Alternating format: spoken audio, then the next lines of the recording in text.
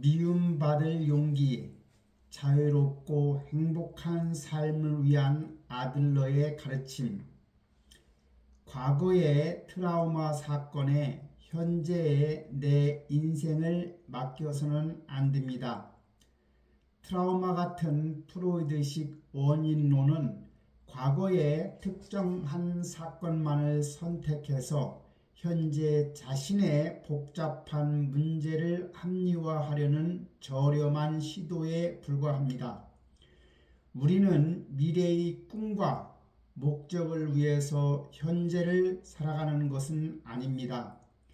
인생은 과거에서 현재를 지나 미래로 이어지는 선이 아니라 점과 같은 찰나가 쭉 이어지는 것이라 할 수 있습니다. 타인의 인정을 얻기 위한 인정욕구를 지금부터라도 과감히 포기해야 하는 겁니다. 남의 이목에 신경 쓰느라 현재 자신의 행복을 놓치는 실수를 절대 범해서는 안 됩니다. 내가 아무리 잘 보이려고 해도 나를 미워하고 싫어하는 사람은 반드시 있게 마련이니 미움받는 것을 절대 두려워해서는 안 됩니다. 그 누구도 거울 속에 내 얼굴을 나만큼 오래 들여다보지는 않기 때문이지요. 남의 이목 때문에 내 삶을 희생하는 바보가 되어서는 안 되는 겁니다. 인간은 누구나 스스로 의미를 부여한 주관적인 세계에 살고 있지 객관적인 세계에 사는 것은 아닙니다. 그래서 우리는 트라우마를 부정해야 합니다. 자네가 불행한 것은 과거의 환경 탓이 아니라 그렇다고 능력이 부족해서도 아니고 자네에게는 그저 용기가 부족한 것 뿐입니다. 아들러 심리학은 고루한 학문이 아니라 인간 이해의 진리이자 도달점인 겁니다. 인간은 누구나 변화하기를 원하지요. 그 누구도 변하지 못하기 때문입니다. 인간은 변하고 싶어도 쉽게 변화하지 못합니다. 모든 결과에는 분명 원인이 있습니다. 과거의 사건이 현재의 나를 규정하지요. 아들러 심리학에서는 과거의 원인이 아니라 현재의 목적으로 봅니다. 불안해서 밖으로 나오지 못하는 것이 아니고 밖으로 나오지 못하니까 불안한 감정을 지어내는 것이지요. 즉 목적론이라 할 수 있습니다. 원인론을 맹신하며 사는 한 우리는 한 발자국도 앞으로 전진할 수 없습니다. 아들러 심리학은 트라우마를 명백히 부정합니다. 어떠한 경험도 그 자체는 성공의 원인도 실패의 원인도 아니지요. 우리는 경험을 통해서 받은 충격, 즉 트라우마로 고통받는 것이 아니라 경험 안에서 목적에 맞는 수단을 찾아야 합니다. 경험에 의해 결정되는 것이 아니라 경험에 부여한 의미에 따라 자신을 결정하는 것입니다. 과거의 경험에 어떤 의미를 부여하는가에 따라서 자신의 삶을 결정한다는 말이지요. 인생이란 누군가가 정해주는 것이 아니라 스스로 선택하는 것이고 어떻게 사는가도 자기 자신이 선택하는 것입니다. 우리는 모두 어떠한 목적을 따라 살고 있습니다. 인간은 분노를 자아내지요. 화가 나서 저지른 범행은 전부 화 때문이지 당사자의 책임은 아닙니다. 인간은 감정에 저항할 수 없습니다. 화가 나서 큰 소리를 낸 것이 아니고 큰 소리를 내기 위해 화를 낸 것입니다. 큰 소리를 내겠다는 목적을 이루기 위해 분노라는 감정을 지어낸 것이지요. 분노란 언제든 넣었다 빼서 쓸 수 있는 도구입니다. 트라우마 이론으로 대표되는 프로이드의 원인론은 형태만 다른 결정론이자 허무주의의 입구이고, 인간은 과거의 원인에 의해 영향을 받아 행동하는 것이 아니라 스스로 정한 목적을 향해 움직이는 것입니다. 나의 불행은 스스로 선택한 것, 우리에게 필요한 것은 고쳐 나가면 됩니다. 인간은 끊임없이 변하지 않겠다고 결심하지요. 생활 양식이란 삶의 태도이고, 생활 양식은 스스로 선택한 것이고, 변하지 않는 것은 스스로 변하지 않겠다고 결심하기 때문입니다. 생활 양식을 바꾸려고 할 때 우리는 큰 용기가 필요합니다. 나의 인생은 지금 여기서 결정되는 겁니다. 모든 고민은 인간관계에서 비롯됩니다. 왜 자기 자신을 싫어합니까? 단점만 눈에 들어오는 것은 나 자신을 좋아하지 말자라고 결심했기 때문이지요. 모든 고민은 인간관계에서 비롯된 고민입니다. 고민을 없애려면 우주 공간에서 그저 홀로 살아갈 수밖에 없습니다. 고독을 느끼는 것은 혼자라서가 아니고, 자신을 둘러싼 타인, 사회, 공동체가 있고, 이러한 것들로부터 소외되고 있다고 느끼기 때문에 고독합니다. 우리는 고독을 느끼는데도 타인을 필요로 합니다. 인간은 사회라는 맥락 속에서 비로소 개인이 되는 것입니다. 어떤 종류의 고민이든 거기에는 반드시 타인의 그림자가 드리워져 있습니다. 열등감은 주관적인 감정이라 하지요. 친구의 행복한 모습을 볼 때 축복해주고 싶은 마음보다 질투와 초조함이 앞서는 것이 인간입니다. 열등감은 가치가 더 적은 느낌이라는 뜻으로 가치 판단과 관련된 말이지요. 우리를 괴롭히는 열등감은 객관적인 사실이 아니라 주관적인 해석일 뿐입니다. 열등감은 누구나 있습니다. 열등감은 나쁜 것은 아닙니다. 우선 인간은 무기력한 존재로 이 세상에 태어나 무기력한 상태를 벗어나려고 하는 보편적 욕구를 갖고 있습니다. 이를 우월성 추구라고 하지요. 우월성 추구도 열등감도 병은 아닙니다. 건강하고 정상적인 노력과 성장을 하기 위한 자극이지요. 열등감도 제대로만 발휘되면 노력과 성장의 촉진제가 되는 것입니다. 인간의 내면에 자리한 열등감을 없애기 위해서 더욱 전진하려고 하고, 현재에 만족하지 않고 한 발이라도 더 앞으로 나아가려고 하고 더 행복해지려고 하면 열등감은 아무 문제가 없습니다. 열등감이 너무 심하면 부정적이 되어서 열등 콤플렉스가 되기도 하지요. 자랑하는 사람은 열등감을 느끼는 사람이라고 합니다. 열등감을 오랫동안 참아내는 사람은 없지요. 열등감은 현재 나에게 어떤 모자람을 느끼는 상태입니다.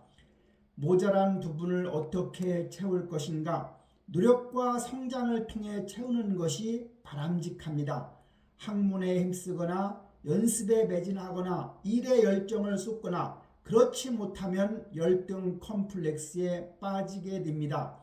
열등 컴플렉스는 또 다른 특수한 심리 상태, 우월 컴플렉스로 발전, 자신이 우월한 것처럼 거짓 우월성에 빠지기도 합니다.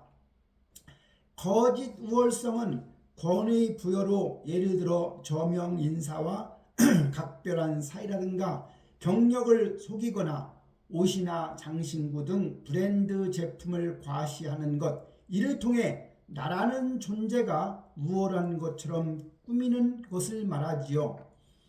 인생은 타인과의 경쟁이 아닙니다. 인생은 누구와도 경쟁하지 않고 그저 앞을 보고 뚜벅뚜벅 걸으면 되는 겁니다. 다른 사람과 굳이 비교할 필요는 없는 거지요. 건전한 열등감이란 타인과 비교해서 생기는 것이 아니라 이상적인 나와 비교해서 생기는 것입니다. 인간은 누구나 달라 그 차이를 선악이나 우열과 엮으면 안 됩니다. 어떤 차이가 있든 우리는 대등하니까요. 인간 대우를 받아야 합니다. 우리가 걷는 것은 누군가와 경쟁하기 위해서가 아니라 지금의 나보다 앞서 나가려는 것이야말로 가치가 있습니다. 내가 나로서 살려고 할 때 경쟁은 필히 방해가 됩니다. 그 라이벌이 자네에게 친구라고 불리는 존재라면 자신을 연마할 기회가 되지만 대부분의 경우 경쟁 상대는 친구가 될 수가 없습니다. 내 얼굴을 주의 깊게 보는 사람은 나뿐이죠. 인간관계 중심에 경쟁이 있다면 인간은 영영 인간관계에 대한 고민에서 벗어나지 못하고 불행에서 벗어날 수가 없는 겁니다. 경쟁의 끝에는 승자와 패자만이 남아 있습니다. 주변 사람들에게 경쟁의식을 느끼고 있고 경쟁이나 승패를 의식하면 필연적으로 생기는 것이 열등감이고 여기서 열등 컴플렉스나 우월 컴플렉스가 나타나 타인은 라이벌이 아니고 자신을 제외한 모든 사람, 나아가 세계를 적으로 느끼게 됩니다. 경쟁에서 계속 이긴다고 할지라도 경쟁 속에서 사는 사람은 마음이 편할 새가 없어 패배자가 되고 싶지 않아 패배가 되지 않으려고 늘 이겨야 하고 남을 믿을 수 없게 됩니다. 사회적으로 성공을 거두고도 행복을 느끼지 않게 됩니다. 늘 경쟁 속에서 살기 때문에 세계가 적으로 넘쳐나는 위험한 장소가 되는 겁니다. 하지만 실제로 다른 사람들은 나를 감시하고 24시간 호시탐탐 기회를 노리고 있지 않습니다. 즉 세상 사람들은 나 같은 건 주목하지 않지요. 네 얼굴을 주의 깊게 보는 사람은 너뿐입니다. 인간관계를 경쟁으로 바라보고 타인의 행복을 나의 패배로 여기기 때문에 축복하지 못하는 겁니다. 하지만 일단 경쟁의 도식에서 해방되면 누군가에게 이길 필요가 없습니다. 잘못을 인정하는 것은 패배가 아닙니다. 분노란 어차피 목적을 이루기 위한 수단이며 도구이지요. 화를 잘 내는 것은 참을성이 없어서가 아니라 분노 이외에 유효한 커뮤니케이션 도구가 있다는 것을 알지 못하는 경우입니다. 아무리 자신이 옳다고 여겨도 그것을 이유로 상대를 비난하지는 말아야 하겠습니다. 인간관계에서 나는 옳다고 확신하는 순간 권력투쟁에 발을 들이게 되는 것입니다. 잘못을 인정하는 것, 사과하는 것, 권력투쟁에서 물러나는 것, 이런 것들이 전부 패배는 아닙니다. 우월성 추구란 타인과 경쟁하는 것과는 상관없습니다. 경쟁이나 승패의 안경을 벗어야 비로소 자신을 바라보게 되고 자신을 바꿀 수가 있는 겁니다.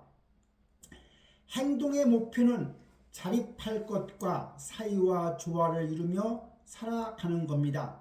위의 행동을 뒷받침하는 심리적인 목표는 첫째, 내게는 능력이 있다는 의식을 가져야 합니다. 둘째는 사람들은 내 친구라는 의식을 가질 필요가 있습니다. 개인이 사회적인 존재로 살고자 할 때 직면할 수밖에 없는 인간관계, 그것이 인생의 과제인 겁니다. 일의 과제는 어떤 것이든 혼자서 처음부터 끝까지 해낼 수는 없습니다. 타인과 협력하지 않고 할 수 있는 일은 원칙적으로 있을 수 없다고 합니다.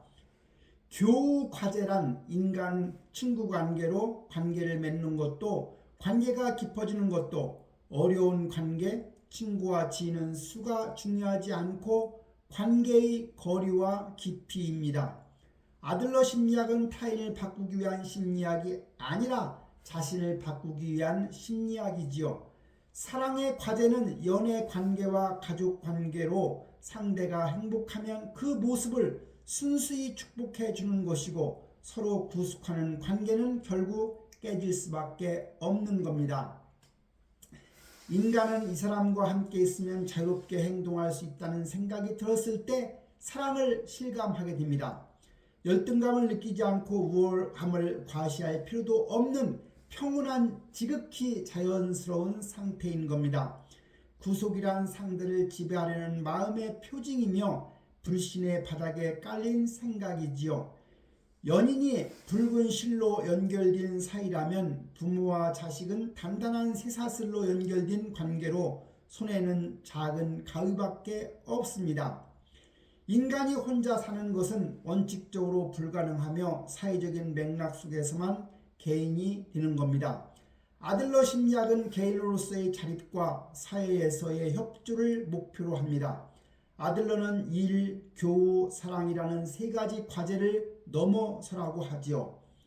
여러 가지 구실을 만들어서 인생의 과제를 회피하려는 사태를 가리켜 인생의 거짓말이라고 합니다. 프로이드식 원인론은 소유의 심리학이고 결정론입니다. 반면에 아들러 심리학은 용기의 심리학이고 사용의 심리학, 즉 주어진 것을 어떻게 활용하느냐이지요. 우리 인간은 과거의 트라우마에서 헤청거릴 만큼 나약하지 않는 존재입니다. 목적론의 입장에서 자신의 인생을, 자신의 생활 양식을 자신의 손으로 고르는 겁니다. 우리에게는 분명 그럴 힘이 있습니다. 타인의 과제를 버려라. 행복해지려고 하면 미움받을 용기도 있어야 합니다. 인정 욕구를 부정하라는 거지요. 자유란 곧 화폐이지요. 타인을 친구로 볼 수 있다면 세계를 보는 눈은 분명 달라질 겁니다. 아들러 심리학은 타인에게 인정받기를 원하는 마음을 부정하는 겁니다. 그 사람의 기대를 만족시키기 위해 살지 말라는 거지요. 우리는 타인의 기대를 만족시키기 위해 사는 것이 아닌 겁니다. 내가 나를 위한 내 인생을 살지 않으면 대체 누가 나를 위해 살아준다는 말입니까? 우리는 설령 신이 존재하지 않더라도 신에게 인정받지 못한다고 해도 주어진 삶을 살아야 하는 겁니다. 업무의 목표 자체가 타인의 기대를 충족시키는 것이 되면 그 일을 하기가 괴롭습니다. 늘 타인의 시선에 신경을 곤두세우고 다른 사람의 평가에 전전긍긍하느라 나라는 존재를 억누르게 되지요. 이것은 누구의 과제인가 라는 관점에서 자신의 과제와 타인의 과제를 분리할 필요가 있습니다. 타인의 과제는 함부로 침범하지 않아야 합니다. 모든 인간관계의 트러블은 대부분 타인의 과제에 침범하거나 자신의 과제에 함부로 침범해 들어오는 것입니다. 과제를 분리하게 되면 인간관계가 분명 달라지게 됩니다. 누구의 과제인지는 선택이 가져온 결과를 최종적으로 받아들이는 사람입니다. 자신을 바꿀 수 있는 사람은 자신밖에 없습니다. 타인의 과제를 버리면 인생의 짐을 덜게 되고 인생을 단순하게 만드는 첫 걸음입니다. 누구도 내 과제에 개입시키지 말고 나도 타인의 과제에 개입하지 않아야 합니다. 과제의 분리는 인간관계의 최종 목표가 아니고 오히려 입구이지요. 원만한 인간관계를 맺으려면 어느 정도 거리가 필요합니다. 부모와 자식 관계라면 손을 내밀면 닿을 수 있지만 상대의 영역에 발을 들이지 않는 거리, 그런 적당한 거리를 유지하는 것이 매우 중요합니다.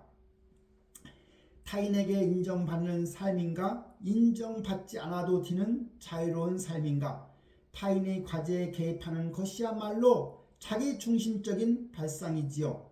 자유란 타인에게 미움받는 것입니다. 미움을 받는다는 것은 자유롭게 살고 있다는 증거이자 스스로의 방침에 따라 살고 있다는 증표입니다. 모든 사람에게 미움을 받지 않는다는 것은 부자유스러운 동시에 불가능한 일입니다. 자유를 행사하려고 하면 대가가 뒤따릅니다. 자유를 얻으려면 타인에게 미움을 살 수밖에 없습니다. 남이 나에 대해서 어떤 평가를 내리든 마음에 두지 않고 남이 나를 싫어해도 두려워하지 않아야 자유로운 것입니다. 미움받는 것을 두려워하지 말아야 합니다. 모두에게 사랑받는 인생과 나를 싫어하는 사람이 있는 인생 중 자유롭게 살고 싶으면 후자를 택해야 하는 겁니다. 나를 싫어하지 않았으면 좋겠다라고 바라는 것은 내 과제에 나를 싫어하느냐 마느냐 하는 것은 타인의 과제인 것입니다. 나를 탐탁하지 않게 생각하는 사람이 있다고 해도 나는 거기에 절대 개입할 수는 없습니다. 인간관계의 카드는 언제나 내가 쥐고 있습니다. 아버지와의 관계를 회복하고 싶지 않아서 맞은 기억을 꺼내기도 하지요. 어쨌든 타인을 조종하는 수단으로 자신의 말과 행동을 바꾸는 것은 단언컨대 잘못된 발상입니다. 타인을 조종해서는 안 되고 조종할 수도 없습니다. 인정받는 데에만 혈안이 되어 있으면 인간관계는 언제나 남이 가질 수밖에 없습니다. 인생의 카드를 남에게 맡기지 말고 내가 쥐고 살아야 하는 겁니다. 세계의 중심은 어디에 있을까요? 인간관계의 목표는 공동체 감각을 향하는 것입니다. 타인을 친구로 여기고 거기서 내가 있는 곳은 여기라고 느낄 수 있는 것이 바로 공동체 감각입니다. 공동체란 과거에서 미래 그리고 우주 전체를 아우른 글자 그대로 만물입니다. 공동체 감각이란 행복한 인간관계가 무엇인지 생각할 때 가장 중요한 지표이지요. 사이의 최소 단위는 나와 너로 자기에 대한 집착을 타인에 대한 관심을 바꾸는 것입니다. 인정욕구에 사로잡힌 인간은 실제로 자기 자신밖에 보지 않습니다. 나 이외에는 관심이 없고 자기 중심적이지요. 남에게 어떻게 보이느냐에만 집착하는 삶이야말로 나 이외에는 관심이 없는 자기 중심적인 생활 양식이라는 것입니다. 나에게 집착하는 사람은 모두 자기 중심적이므로 자기에 대한 집착을 타인에 대한 관심으로 바꿔야 합니다. 나는 세계의 중심이 아닙니다. 소속감을 갖는 것은 인간의 기본적인 욕구이지요. 내 인생의 주인공은 나라는 것, 여기까지는 문제가 없습니다. 나는 세계의 중심은 아닙니다. 나는 인생의 주인공이면서 어디까지나 공동체의 일원이자 전체의 일부이지요. 자기 자신밖에 관심이 없는 사람은 본인이 세계의 중심이라고 생각합니다. 이 사람은 타인은 나를 위해 행동하는 존재이며 내 기분을 최우선으로 고려해야 한다고 생각합니다. 소속감이 가만히 있어도 얻어지는 것은 아니라 공동체에 적극적으로 공헌해야 얻을 수 있는 겁니다. 여기에서 공헌한다는 것은 인생의 과제에 직면하는 걸로 일, 교우, 사랑이라는 인간관계의 과제를 피하는 것이 아니라 적극적으로 받아들이는 것입니다. 인간관계의 입구에는 과제의 분리가 있고 목적지에는 공동체 감각이 있습니다. 여기서 공동체 감각이란 타인을 친구로 간주하고 그곳을 자신이 있을 곳이라 느끼는 곳입니다. 인간은 공동체를 떠나 홀로 될 수도 없고 홀로 살 수도 없습니다. 공동체란 눈에 보이지 않는 인연까지를 포함합니다. 관계가 깨질까봐 전전긍긍하며 사는 것은 타인을 위해서 사는 부자유스러운 삶이 되는 겁니다. 공동체 감각을 갖되 자유를 택해야 하지요. 눈앞의 작은 공동체에만 집착하지 말고 보다 다른 나와 너, 보다 다양한 사람들, 보다 큰 공동체가 반드시 존재한다는 사실을 알아야 합니다. 칭찬하는 행위는 능력 있는 사람이 능력 없는 사람에게 내리는 평가이지요. 인간관계를 수직관계로 보지 말고 인간관계를 수평관계로 보아야 합니다. 대등은 곧 수평이지요. 열등감은 수직관계에서 나옵니다. 모든 사람이 수평관계에 있다면 열등 콤플렉스가 생기지는 않습니다. 수평관계에 근거한 지원을 아들러 심리학에서는 용기 부여라고 했습니다. 타인을 평가하지 않아야 합니다. 평가란 수직관계에서 비롯되는 것이니까요.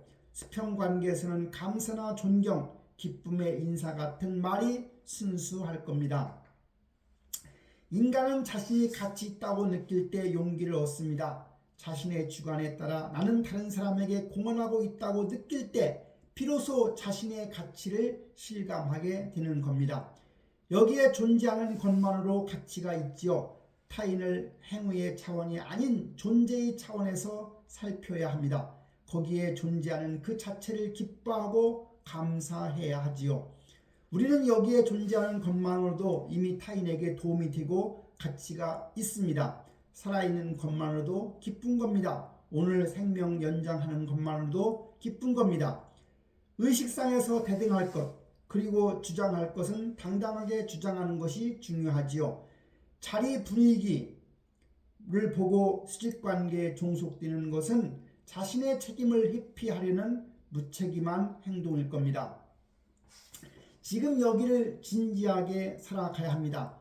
자기에 대한 집착은 타인에 대한 관심으로 돌리고 공동체 감각을 기르는 것, 이에 필요한 것이 바로 자기 수용이요, 타자 신뢰요, 타자 공헌인 것입니다. 자기 수용은 중요한 것은 무엇이 주어지느냐가 아니라 주어진 것을 어떻게 활용하느냐입니다. 자기 긍정은 60점은 운이 나쁜 것이고 진정함만은 100점이라고 보는 것, 자기 수용은 60점을 받아들이고 100점에 가려면 어떻게 해야 좋을까 방법을 찾는 것입니다. 인간은 누구나 향상되기를 바라지요.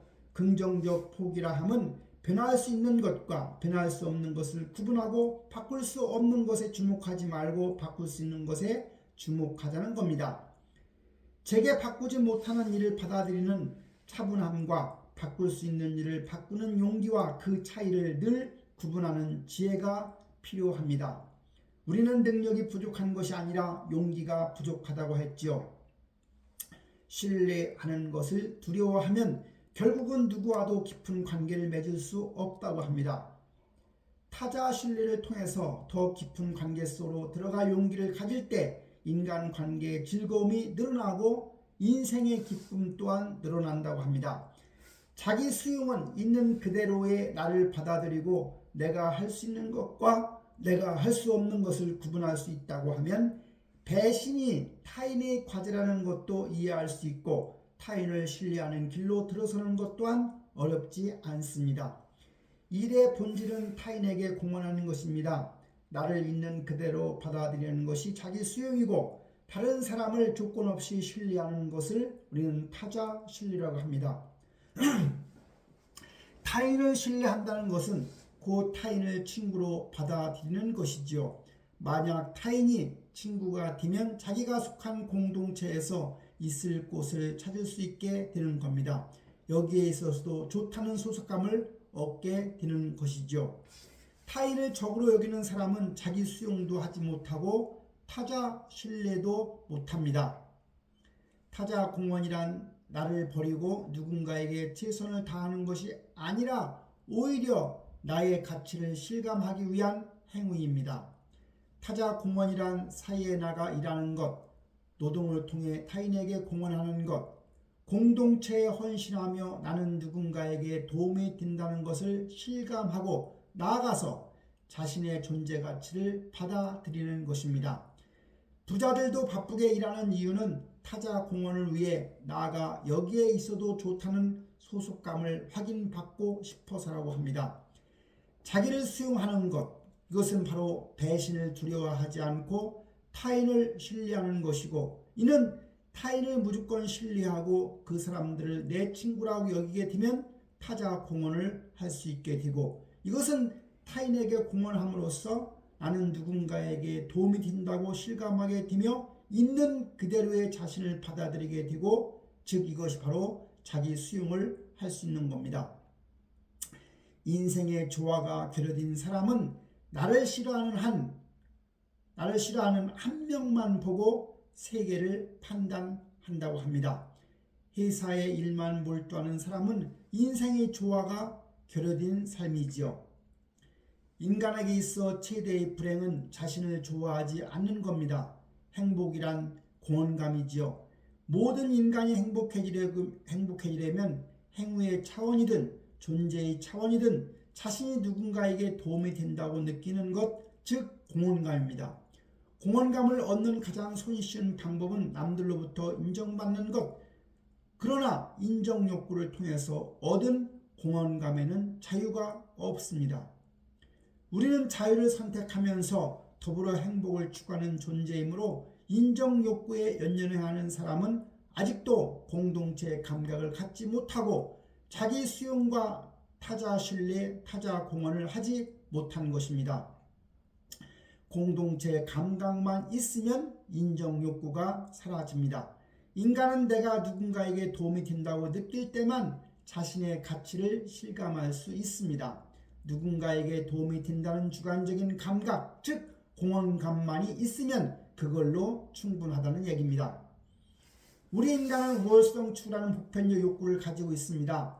향상되기를 바라는 마음, 이상적인 상태를 추구하는 마음이지요. 문제의 행동은 바로 안이한 우월성의 추구이고 이것은 특별한 존재이고 싶은 심리라 할 수 있습니다. 인생이 정상에 도달하기 위한 등산이라고 한다면 인생의 대부분은 기류에서 보낼 수밖에 없습니다. 정상에 오르는 순간이 진짜 인생이라면 거기에 이르기까지 노정은 가짜인 나가 지나온 가짜 인생입니까? 그러면 삶은 도대체 뭐란 말입니까? 인생이란 찰나의 연속입니다. 우리는 지금 여기를 살아갈 수밖에 없습니다. 우리의 삶이란 찰나 안에서만 존재하지요. 인생이란 지금 이 찰나를 뱅글뱅글 춤추듯이 사는 찰나의 연속인 겁니다. 그러다 문득 주위를 돌아봤을 때 여기까지 왔다니 하고 깨닫게 됩니다. 춤을 추고 있는 지금 여기에 충실하면 그걸로 족한 겁니다. 목적지에 도달하려는 인생은 키네시스적 인생이고 목적이 등산하는 그 자체라면 에네르기셔아적 행위입니다. 인생 전체에 흐릿한 빛을 비추면 과거와 미래가 보입니다. 지금 여기에 강렬한 스포트라이트를 비추면 과거도 미래도 보이지 않게 됩니다. 지금 여기를 진지하게 사는 것 그 자체가 바로 춤인 것입니다. 진지하게 살되 심각해지면 안 됩니다. 각각의 찰나를 진지하게 살면 심각해질 필요가 없다는 말이지요. 20살에 마친 삶도 90살에 마친 삶도 모두 완결되는 삶이며 행복한 삶인 것입니다. 인생의 최대 거짓말, 그것은 지금 여기를 살지 않는 것입니다.